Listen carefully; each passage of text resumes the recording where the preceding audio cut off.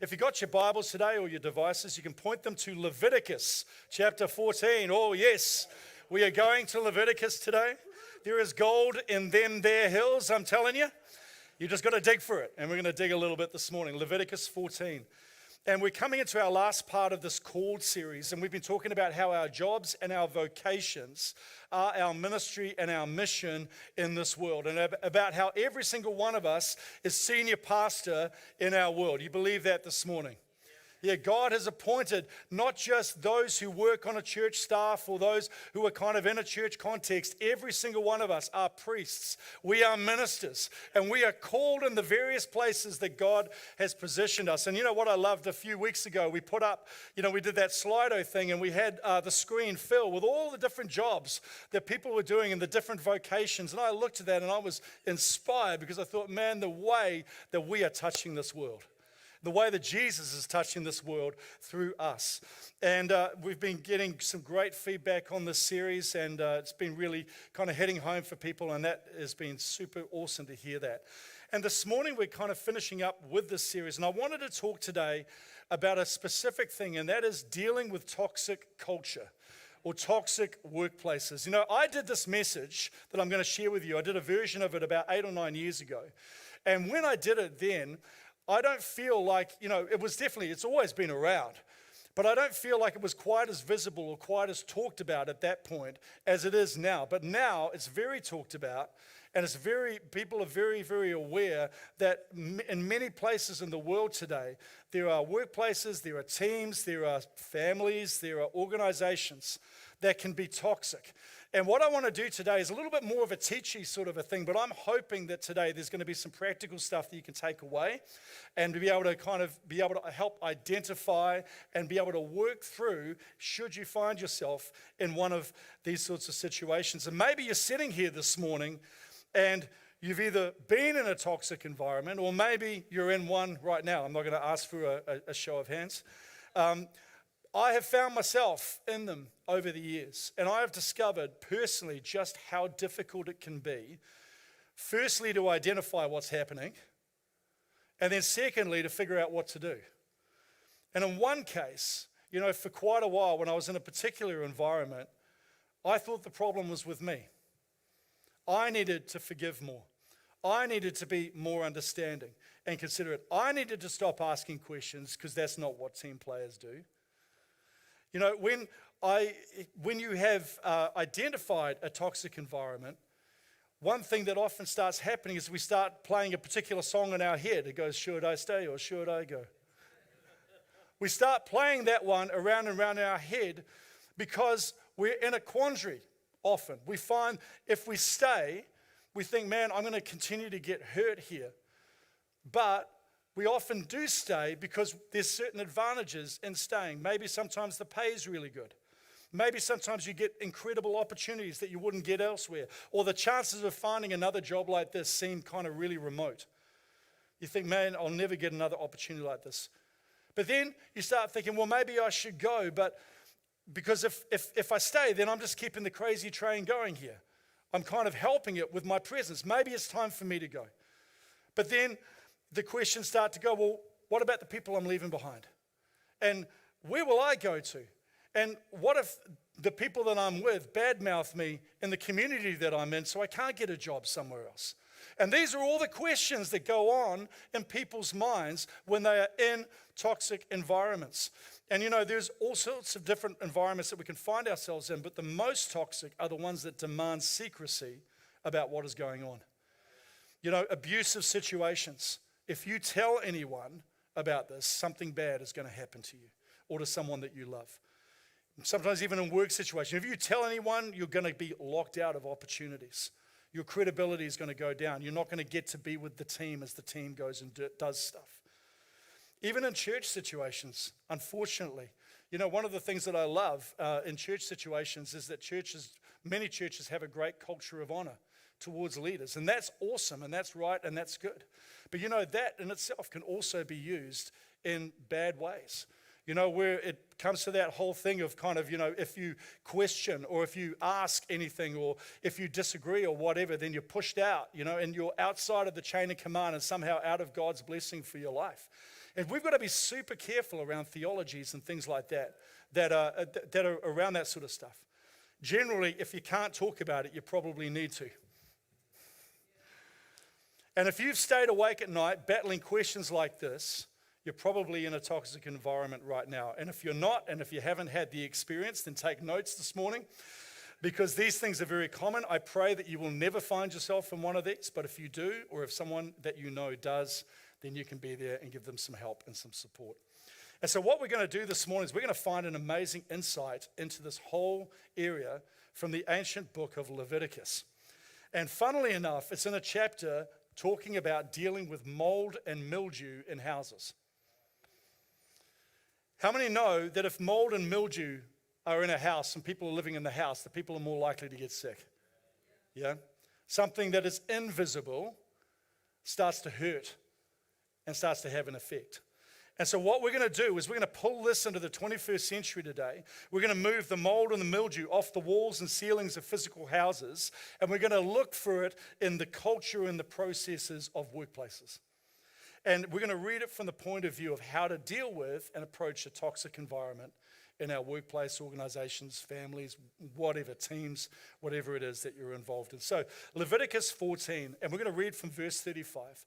And the question here is, so someone has found a mold or a mildew in their house, and this is what they need to do. Verse 35 says, the owner of the house must go and tell the priest, I have seen something that looks like a defiling mold in my house.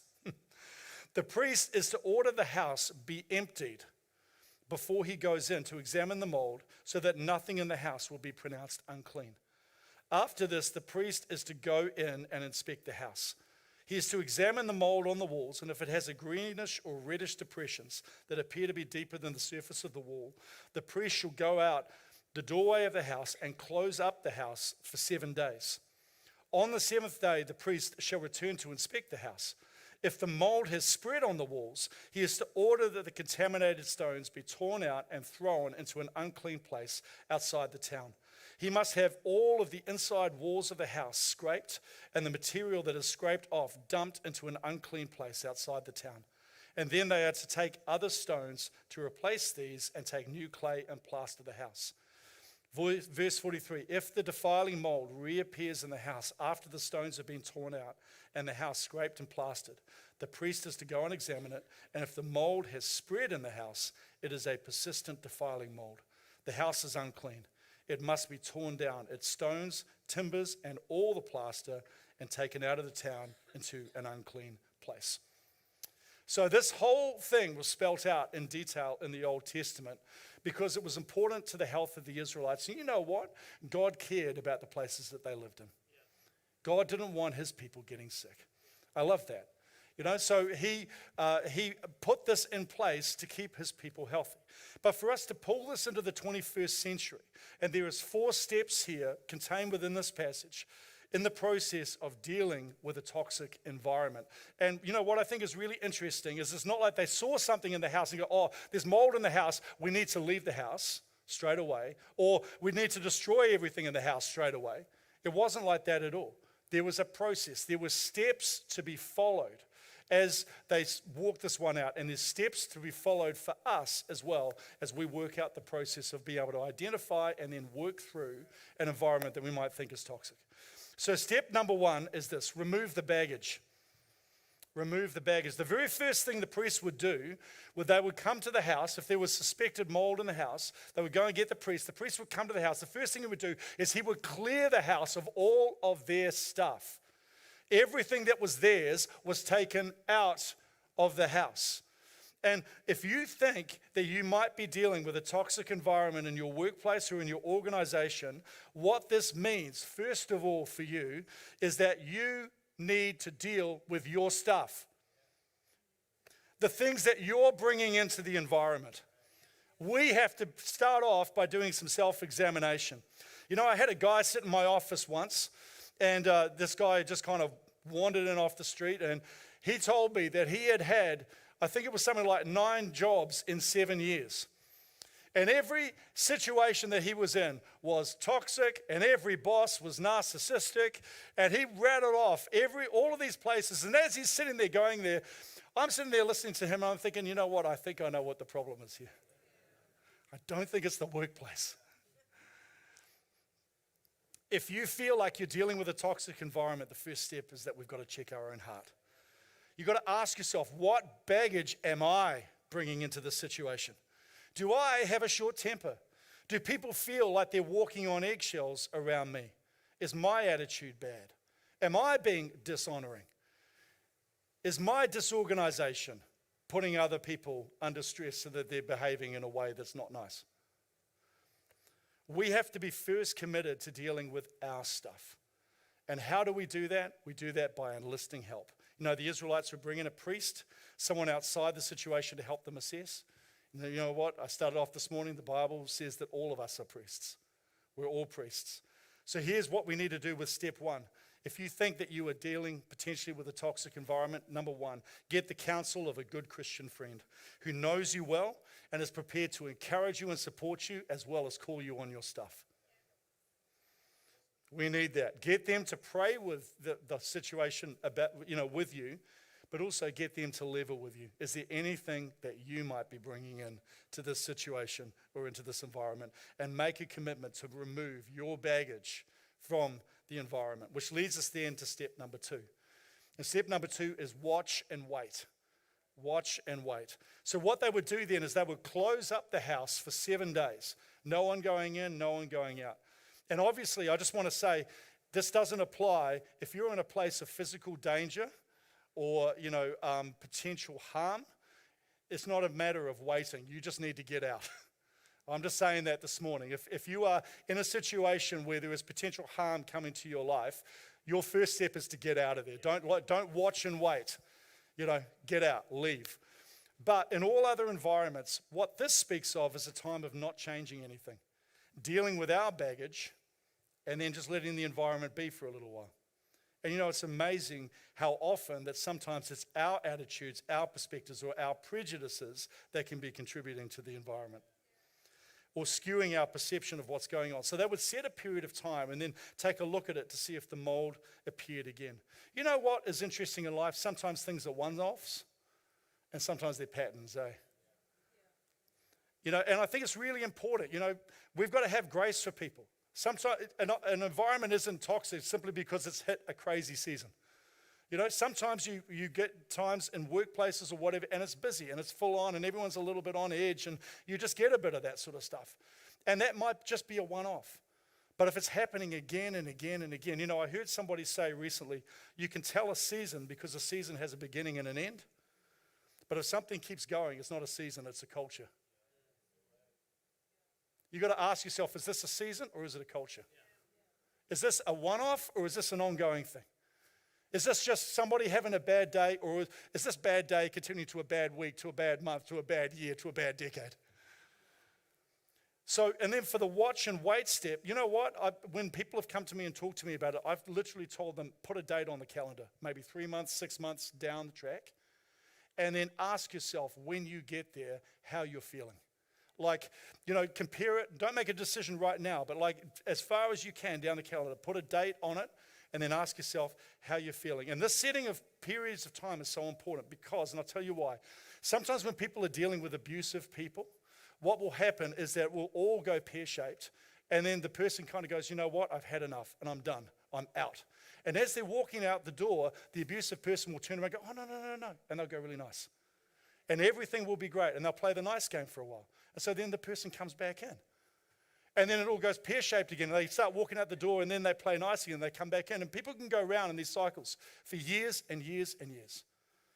And it's like an abusive, it's a toxic cycle. And I got out of one toxic environment simply because one day I decided to put a date on a calendar. And I said to myself, I'm going to give it everything that I've got. I'm going to deal with my stuff, and I'm going to put my best foot forward as much as I possibly can until that date.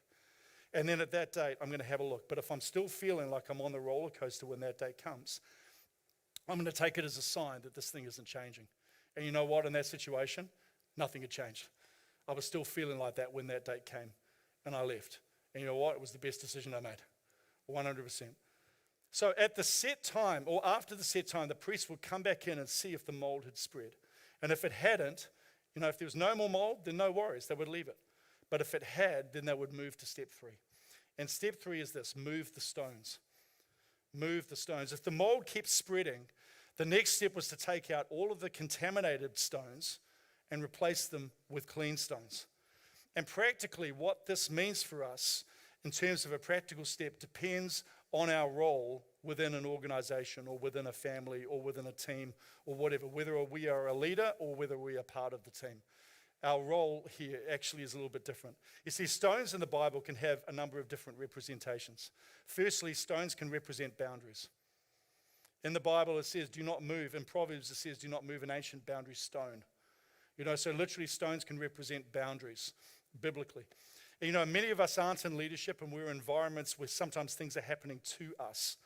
And so moving the stones for us then represents setting or reviewing our boundaries. Using the power that we have to either not be around the toxic person or to be able to kind of talk to them and engage with them and see if we can get some form of a win. Because, firstly, trying to work things out by talking to the person or the people involved. The Bible is so clear about this. If you have an issue with someone, if you've got an issue with somebody in your workplace, your first step is to pray, and your second step is to find some way to engage with them and talk to them. It is not to badmouth them to all your mates. It is not to moan on the East Auckland grapevine. Sometimes, honestly, in workplace situations, some people literally have no idea how they're coming across. They're ignorant to it. And you might be on the receiving end and find it really hard, but the person involved literally doesn't know what it is that they're doing. They don't see it. And particularly driven and focused people sometimes, can run roughshod a little bit over others. I'm a fairly driven and focused person myself, I've had to have I've had people come to me and say, hey, Peter, you said this, you did. I'm like, wow, I did not even realize that I'd done that. And I so appreciate the fact that you have shown me that, and maybe I can do something about it going forward. So we've got to engage with people. Sometimes if a crucial conversation is what is needed. And if these are done well, and if they're done in love and in respect, man, situations can totally change. Things can shift. But you know what? If we go to someone, if we're trying to work it out, and if they're still not listening, then we need to go to those who are in charge, maybe our boss, and be honest about where things are at. Again, important that we've taken the step ourselves to first deal with our own heart and actions. But then sitting down and saying, you know what? I am struggling to work under these conditions. Don't hold guns to anybody's head. Don't issue ultimatums. Just talk about it. I'm struggling with this. This is what I feel like I need if I'm going to be able to do my job effectively. That sort of language. So often people stay in toxic environments because they're scared of setting boundaries. They're scared of moving stones. Scared of confronting someone. Scared of having conversations. You know what? Take a support person if you have to. Write a letter and read it out. Do whatever you've got to do. Do it afraid. But you have to set and keep boundaries in your life. If you don't, you're going to stay sick. You've got to do it. If you are in a leadership position and there is a toxic thing that's going on in your workplace or in your team or organization or whatever, then the stones actually can represent people. Peter says, we are like living stones being built together, right? So stones can represent boundaries. They can also represent people. And if we're in leadership, we're more likely in a position to be able to move stones. Toxic cultures are often created by toxic people. And if those people get into positions of power, they can really start upsetting the apple cart. So what we have to do, if we're in a leadership position, we have to make sure that we've gone through steps 1 and 2 in our hearts, so that our hearts are clean and clear, and it's not some knee-jerk reaction. Remember, again, that sometimes good people can go through bad seasons and be a little bit toxic for a while, and it's okay. We don't have to freak out about it if it's a one-off. But there are times, though, for the good of the organization and everyone in it, that those who are leaders need to look at dealing with toxic stones for the good of everybody. You know what? Good people and toxic people don't mix long term. If you bow to the toxic ones, you'll lose the good ones. And if you look after the good ones and you cultivate a great atmosphere that's open and transparent and moving forward, eventually the toxic ones are either going to get on board or they'll leave. And then finally, step 4 is leave the house.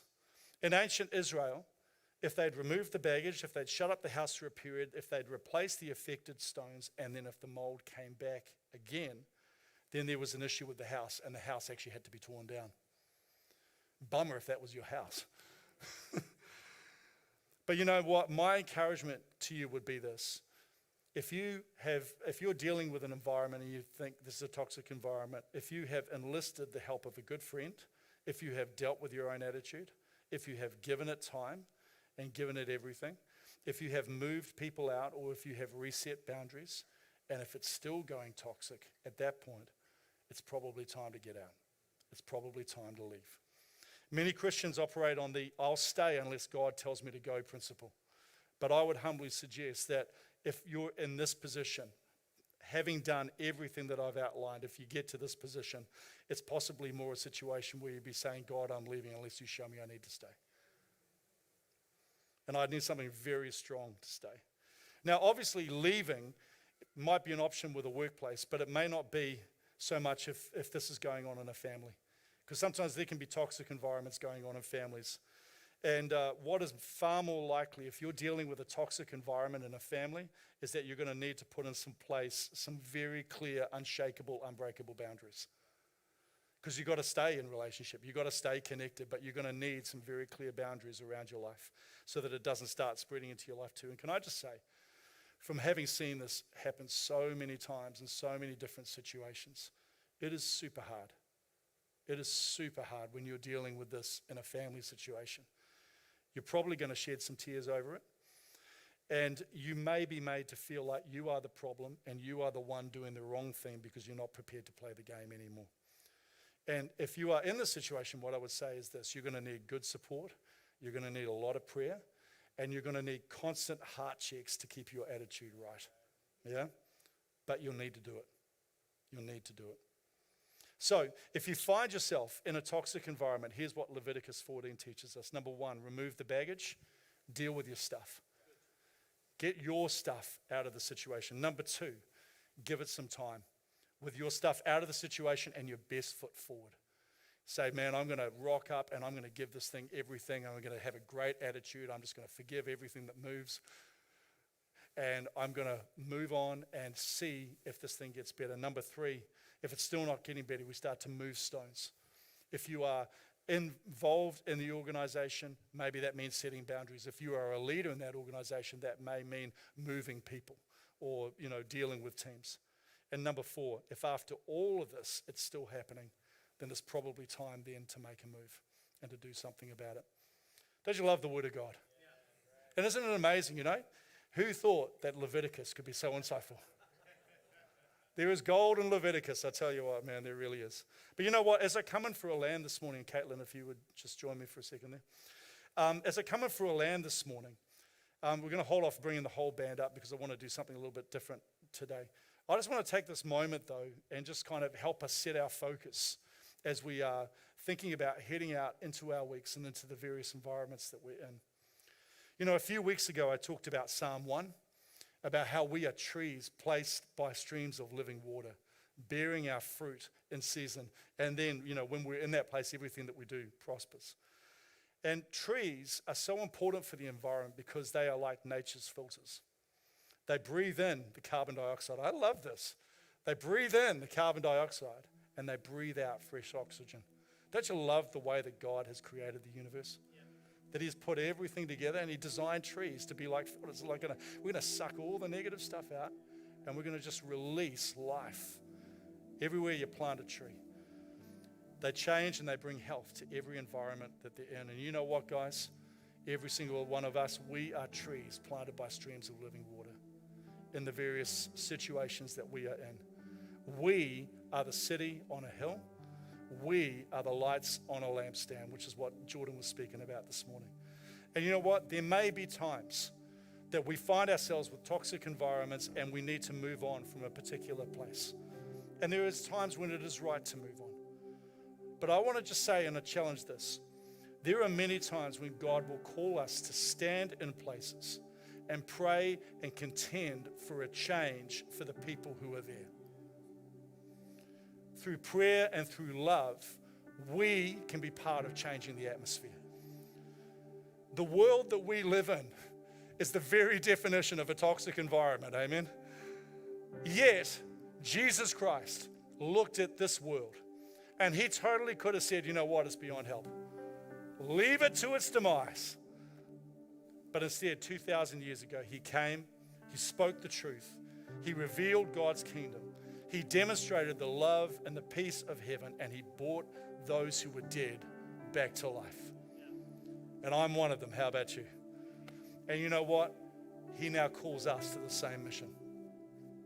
I've shown us the biblical approach this morning, or what I believe is a biblical approach on how to deal with toxic environments and when it might be potentially time to go.